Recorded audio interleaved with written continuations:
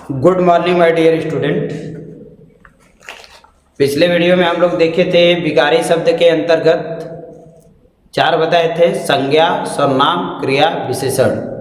जो कि संज्ञा के बारे में भी हम लोग विस्तार से अध्ययन कर लिए हैं, सर्वनाम के बारे में भी विस्तार से अध्ययन कर लिए हैं, विशेषण के बारे में भी विस्तार से अध्ययन कर लिए हैं। आज हम लोग क्रिया के बारे में विस्तार से अध्ययन करेंगे। इस चैनल को लाइक करिएगा, सब्सक्राइब करिएगा। जो समस्याएं रहेगी कमेंट बॉक्स में जरूर लिखिएगा, वो सारी समस्याओं का समाधान होगा। तो चलिए आज हम लोग क्रिया के बारे में विस्तार से अध्ययन करते हैं। क्रिया क्या होती है, क्रिया कितने प्रकार की होती है, अन्य क्रियाएं कैसे होती हैं और परीक्षा में प्रश्न कैसे पूछे जाते हैं, मुझे उत्तर कैसे देना है, इसके बारे में इस वीडियो में हम लोग विस्तार से अध्ययन करेंगे। तो देखिए स्लाइड में दिख रहा है क्रिया वर्ब विकारी शब्द। क्रिया वर्ब विकारी शब्द मतलब एक विकारी शब्द है। विकारी शब्द का मतलब लिंग वचन कारक के आधार पर जो अपने मूल रूप में परिवर्तन करते हैं उसी को विकारी शब्द कहते हैं। लिंग वचन कारक के आधार पर जिसके मूल रूप में परिवर्तन होता है उसे हम विकारी शब्द कहते हैं। तो क्रिया भी विकारी शब्द के अंतर्गत आता है। क्रिया का मतलब क्या होता है, चलिए हम लोग देखते हैं।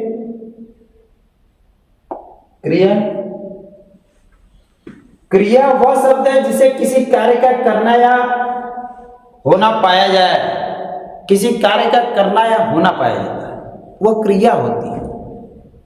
किसी कार्य को आप कर रहे हैं, जैसे सोना, चलना, फिरना, दौड़ना, नाचना, गाना, उठना, बैठना, समझना, पढ़ना, बोलना, रोना, हंसना, ये सारी जितनी है क्रियाएं हैं। और क्रिया को पकड़ने के लिए सामान्य सी बात होती है कि जिस शब्द में ना लगा रहता है वही आपकी क्रिया होती है। अंत में ना लगा रहता है। अभी तक मैंने जितने शब्द बोले हैं सबके लास्ट में ना आया है, और ना आया है तो ना के अकॉर्डिंग क्या हो जाएगा, क्रिया। चलना, फिरना, दौड़ना, उठना, बैठना, सोना, जागना, रोना, गाना, हंसना, पढ़ना, लिखना इत्यादि जितने भी देखेंगे सब में ना ना ना ना ना ना ना आएगा, वही मेरी क्रिया होती है। ठीक समझ में आया? तो क्रिया देख रहे हैं, यहां उदाहरण दिया गया है, खाना, पीना, पढ़ना, सोना, रहना, जाना। एक चीज आपको इसमें कॉमन दिख रहा है। क्या कॉमन दिख रहा है? यहां पर भी ना, यहां पर भी ना, यहां पर भी ना, यहां पर भी ना, यहां पर भी ना, यहां पर भी ना। इससे सिद्ध होता है कि जो शब्द होते हैं उसके लास्ट में ना आता है, जहां ना आ जाए वही मेरी क्रिया होती है। किसी कार्य का करना या होना पाया जाए, कार्य कर रहे हैं या होने वाला है, उसी को हम क्या कहेंगे, क्रिया कहेंगे। जहां तक मुझे उम्मीद है कि समझ में आ गया होगा। नेक्स्ट देखिए, क्रिया के मूल रूप को धातु कहते हैं। धातु से ही क्रियापद का निर्माण होता है और सभी रूपों में धातु उपस्थित रहते हैं। धातु से ही क्रिया का निर्माण होता है। जैसे चल, चल धातु है, इसमें ना जोड़ दिए, चलना हो गया। रो धातु है, रोना हो गया। पढ़ धातु है, पढ़ना हो गया। गा धातु है, ना जोड़ दिए, गाना हो गया।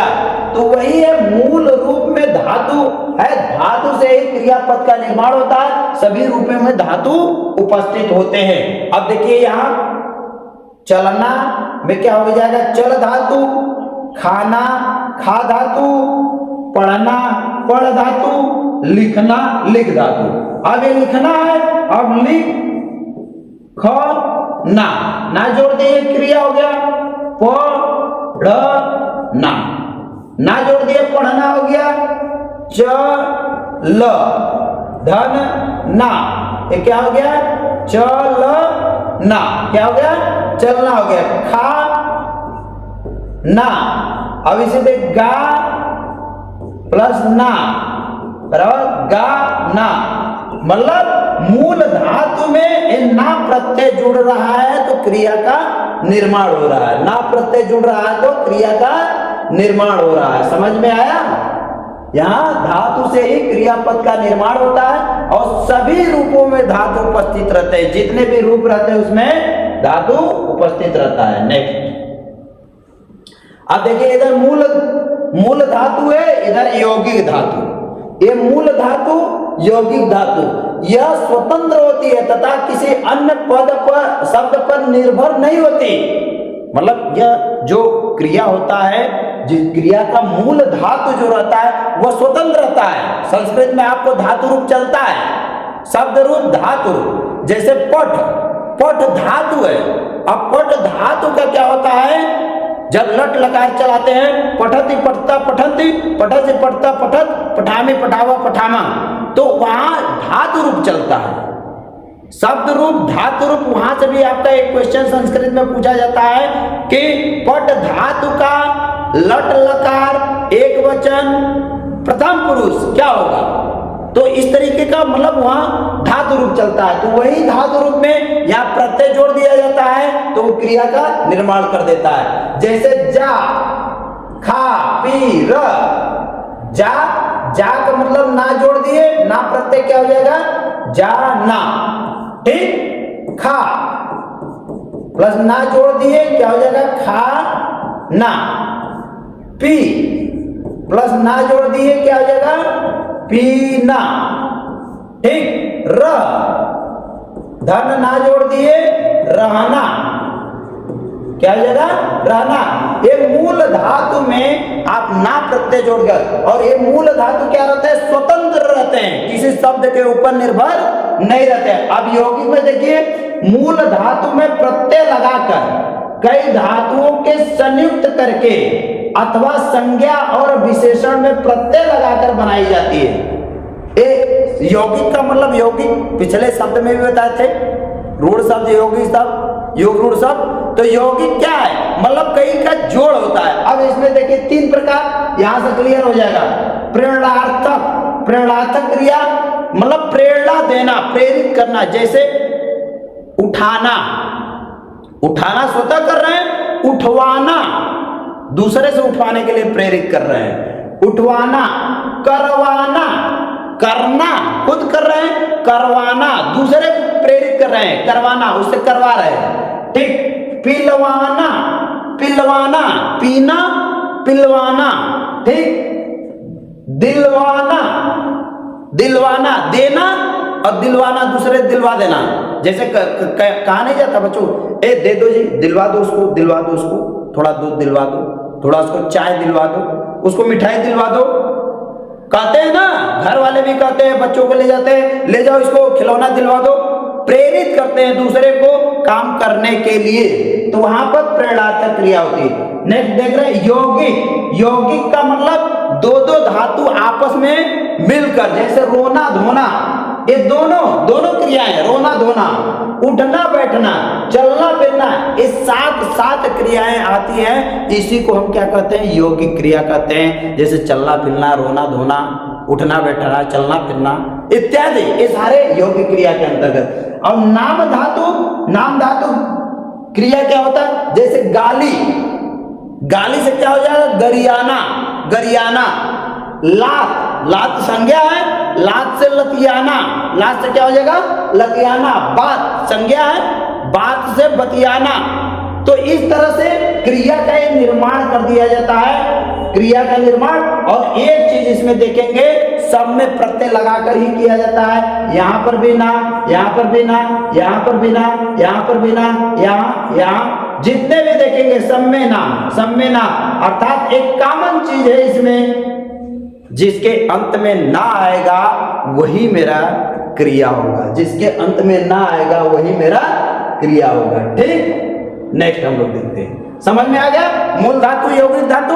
यौगिक धातु क्या होता है, कई का जोड़ मिलाकर बनाया जाता है, कई क्रियाएं आकर मिलती हैं तब होता है, या कहीं संज्ञा अथवा सर्वनाम के बाद लग जाते हैं वहां होता है। और मूल धातु में क्या होता है, यह स्वतंत्र होता है, इसके किसी शब्द के ऊपर आश्रित नहीं होता है। जहां तक उम्मीद है कि दोनों में आप फर्क समझ गए होंगे।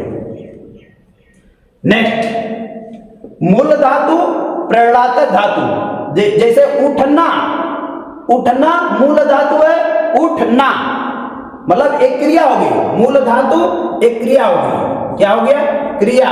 उठाना स्वतः उठाना, उठवाना, ठीक, करना, कराना, करवाना मतलब वो या कराना करवाना मतलब दूसरे को प्रेरित कर रहा है, तो ये प्रेरणार्थक है। ये मूल धातु, मूल धातु में ना जुड़कर एक क्रिया, क्रिया का मतलब ये स्वतः करने वाला, जैसे उठना, करना, देना, सोना, वो स्वतः कर रहा है। अब यहाँ पर दूसरे को प्रेरित कर रहा है, जैसे उठाना, उठवाना, कराना, करवाना, दिलाना, दिलवाना, सुलाना, सुलवाना, पिलाना, पिलवाना मतलब एक स्वतः करने का, एक दूसरे को फोर्स करना कि आप करवाइए इसको, आप करवाइए, आप करवाइए।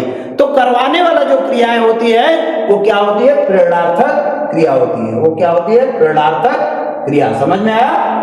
प्रेरणार्थक क्रिया अकर्मक सकर्मक दोनों क्रियाओं से बनती है। नेक्स्ट, अब देखिए क्रिया के भेद रचना की दृष्टि से, बार बार आपके परीक्षाओं में पूछा गया है, रचना की दृष्टि से क्रिया के कितने भेद होते हैं। रचना की दृष्टि से क्रिया के दो भेद होते हैं। रचना की दृष्टि से क्रिया के कितने भेद होते हैं, रचना की दृष्टि से क्रिया के कितने भेद होते हैं, दो भेद होते हैं। एक सकर्मक क्रिया, दूसरा अकर्मक क्रिया। वेरी वेरी इंपॉर्टेंट क्वेश्चन है। यही से क्रिया तो पूरा पढ़ लेते हैं, जब पूछ देता है परीक्षाओं में कि रचना की दृष्टि से क्रिया के कितने भेद होते हैं, लोग फंस जाते हैं कि कितने भेद होते हैं, क्योंकि अभी आगे देखेंगे बहुत सारी क्रियाएं मैं बताऊंगा, तो वहां पर लगा देते हैं 5 भेद, 6 भेद, 7 भेद, 8 भेद, लेकिन मूलतः के कितने होते हैं, रचना की दृष्टि से क्रिया के दो ही भेद होते हैं, एक सकर्मक क्रिया, एक अकर्मक क्रिया। मतलब सकर्मक क्रिया का मतलब स मतलब साथ साथ, कर्म का मतलब कर्म, जो कर्म को साथ साथ लेकर आए वो सकर्मक क्रियाएं होती है।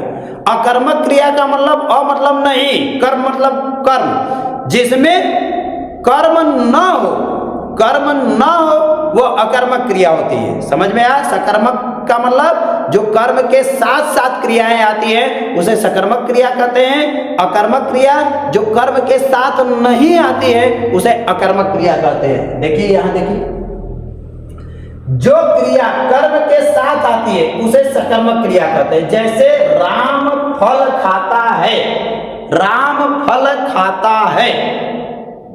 अब पूछेंगे कर्म कैसे, इसमें कर्म क्या है? कर्म को पकड़ने के लिए क्या किससे प्रश्न करते हैं। जैसे राम फल खाता है, क्या खाता है? फल खाता है। क्या खाता है? फल खाता है। किसे खाता है? फल को खाता है। किसे खाता है? फल को खाता है। ठीक, राम क्या खाता है? फल। तो इसके साथ क्या, राम फल खाता है। अब इस खाना, खाना आपका क्रिया हो गया, कर्म क्या हो गया? फल हो गया। फल क्या हो गया? एक कर्म हो गया, ये आपका क्रिया हो गया। अब क्रिया के साथ साथ एक कर्म आता है, उसी को हम सकर्मक क्रिया कहते हैं। ठीक, ये जो राम फल खाता है, सीता गीत गाती है। सीता क्या गाती है? सीता गीत गाती है। उस वाक्य में क्या किससे प्रश्न करेंगे, क्या किसे किसको, क्या किसे किसको से प्रश्न करेंगे, जो कर्म रहेगा आपने आप उभर कर आपके सामने चला आएगा। क्या खाता है, किसको खाता है।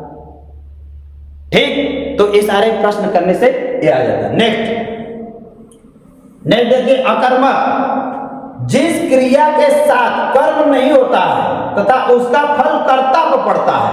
ठीक, राधा धोती है, राधा धोती है, राधा धोती है मतलब धोने की पूरी क्रिया किस पर? राधा धोती है। ये पूरे क्रिया का प्रभाव किस पर पड़ रहा है? राधा के ऊपर पड़ रहा है। किसका? धोती है, किस पर प्रभाव पड़ रहा है? राधा के ऊपर पड़ रहा है। और यहाँ राम फल खाता है, खाने का प्रभाव किस पर पड़ रहा है? कर्म के ऊपर पड़ रहा है। फल पर, फल के ऊपर वरीयता दिया जा रहा है। तो इसलिए जब कर्म रहता है तो कर्म पर वरीयता दे देता है क्रिया, और जहां कर्म नहीं रहता है वो सीधे सीधे किस पर वरीयता हो जाता है, कर्ता के ऊपर। जैसे मोहन हंसता है, मोहन हंसता है,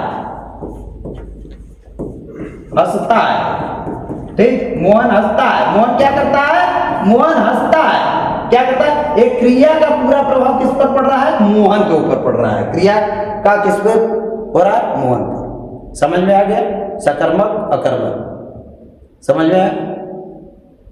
सकर्मक का मतलब जो कर्म के साथ साथ आती है, अकर्मक का मतलब जिसमें कर्म नहीं रहता है। सकर्मक में क्रिया का पूरा प्रभाव कर्म के ऊपर पड़ता है, लेकिन अकर्मक में क्रिया का पूरा प्रभाव किस पर, कर्ता के ऊपर पड़ता है, ठीक। अब चलिए नेक्स्ट देखते हैं हम लोग क्रिया के कुछ अन्य भेद। वेरी वेरी इंपॉर्टेंट, रचना की दृष्टि से जब पूछा जाएगा तो आप बता दीजिएगा सकर्मक अकर्मक। सकर्मक में जो कर्म के साथ साथ आती है उसे सकर्मक कहते हैं। अकर्मक का मतलब जो कर्म के साथ नहीं आती है उसे अकर्मक कहते हैं। क्रिया के कुछ अन्य भेद, अन्य भेद में देखिए, पहला सहायक क्रिया है, दूसरा नामबोध क्रिया है, तीसरा संयुक्त क्रिया है, पूर्वकालिक क्रिया, द्विकर्मक क्रिया, ठीक। ये 5 भेद होते हैं एक प्रेरणार्थक क्रिया, 6 भेद, ठीक। तो अब देखते हैं एक एक करके सहायक क्रिया। सहायक क्रिया मुख्य क्रिया के साथ प्रयुक्त होकर अर्थ स्पष्ट करती है, मुख्य क्रिया के साथ आकर अर्थ को स्पष्ट करती है। जैसे मोहन स्कूल जाता है, मोहन स्कूल जाता, अब है नहीं लगा है तो वह वाक्य क्लियर नहीं हो पा रहा है।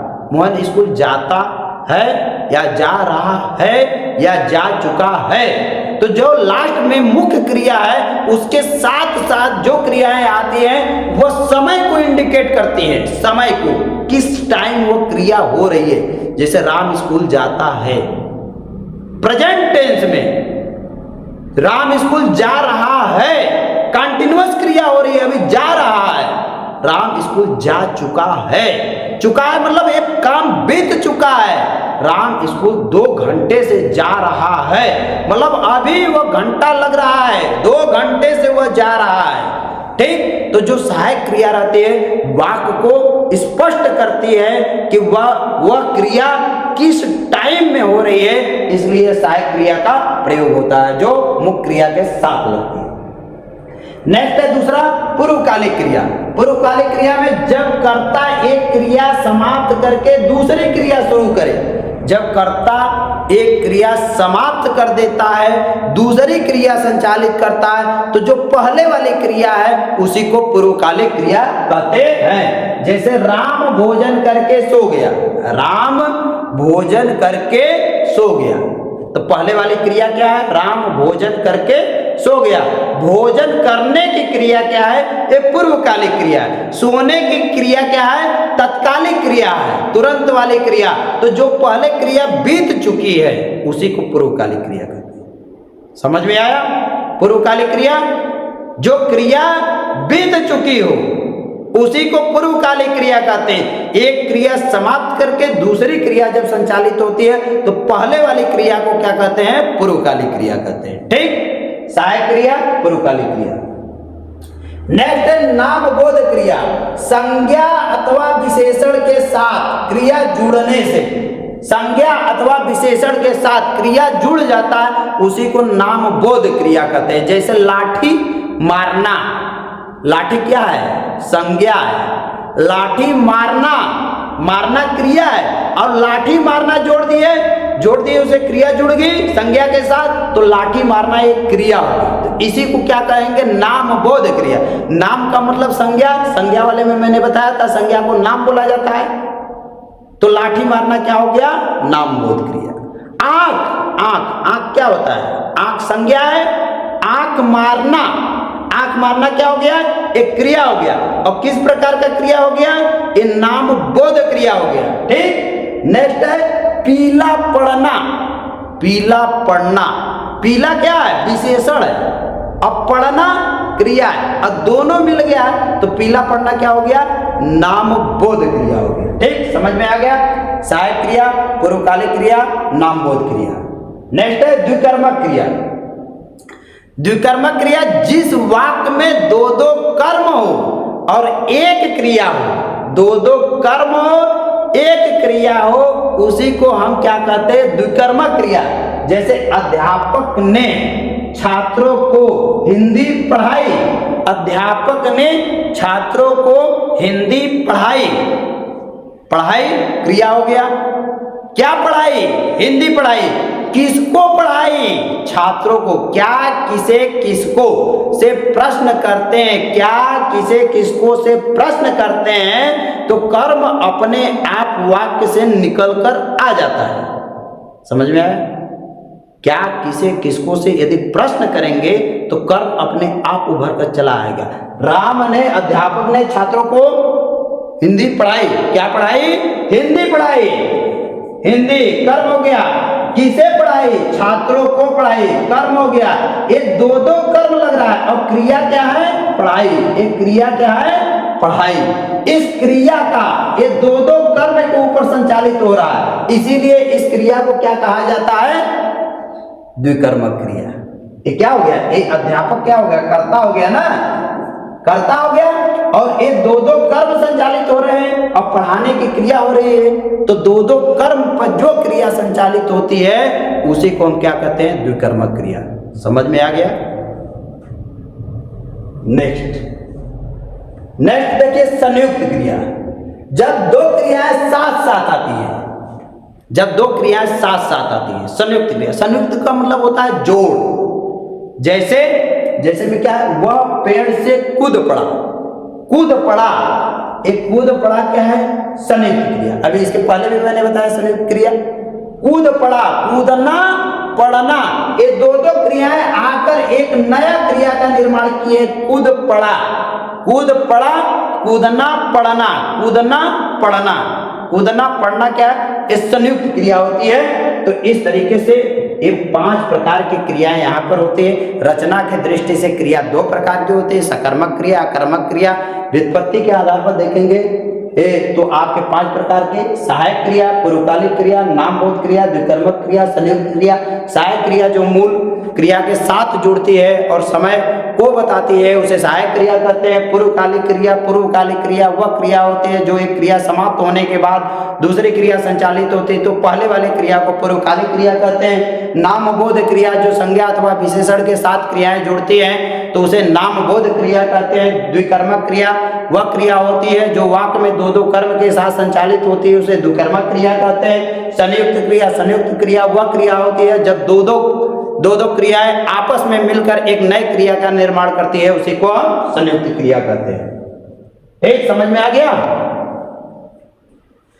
अब देखिए वाच्य क्रिया का रूपांतरण, जिसमें यह पता चले कि वाक्य में कर्ता, कर्म और भाव में से किसकी प्रधानता है। वाच्य के 3 भेद होते हैं। वाच्य कभी कभी आपके परीक्षाओं में पूछता है, संस्कृत में तो 100% पूछता है। कर्तावाच्य, कर्मवाच्य, भाववाच्य। कर्ता को कर्मवाच्य में परिवर्तित करना, कर्म को कर्तावाच्य में परिवर्तित करना, कर्म को भाववाच्य में परिवर्तित करना, भाव को कर्मवाच्य में परिवर्तित करना। तो अक्सर आपको कर्ता से कर्मवाच्य में परिवर्तित करने को देता है। वो परीक्षा में 1 नंबर संस्कृत में फिक्स है, चाहे यूपी टेट का एग्जाम दीजिए, चाहे समीक्षा अधिकारी का दीजिए, चाहे कहीं पर भी दीजिए। जहां पर आपका कर्ता कर्म में कन्वर्जन होता है वहां पर आपसे प्रश्न पूछा जाता है। यूपी टेट में संस्कृत में 100% यहाँ से क्वेश्चन रहता है। जैसे कर्तावाच्य, राम ने दूध पिया, राम ने दूध पिया, राम ने दूध पिया। सीता गाती है, मैं स्कूल गया, मतलब पूरा का पूरा डिपेंड किस पर हो रहा है? कर्ता के ऊपर डिपेंड हो रहा है। ठीक, क्रिया का पूरा प्रभाव किस पर पड़ रहा है? कर्ता के ऊपर पड़ रहा है। अब इसमें देखिए, अब एक कर्म के ऊपर लेख लिखा गया।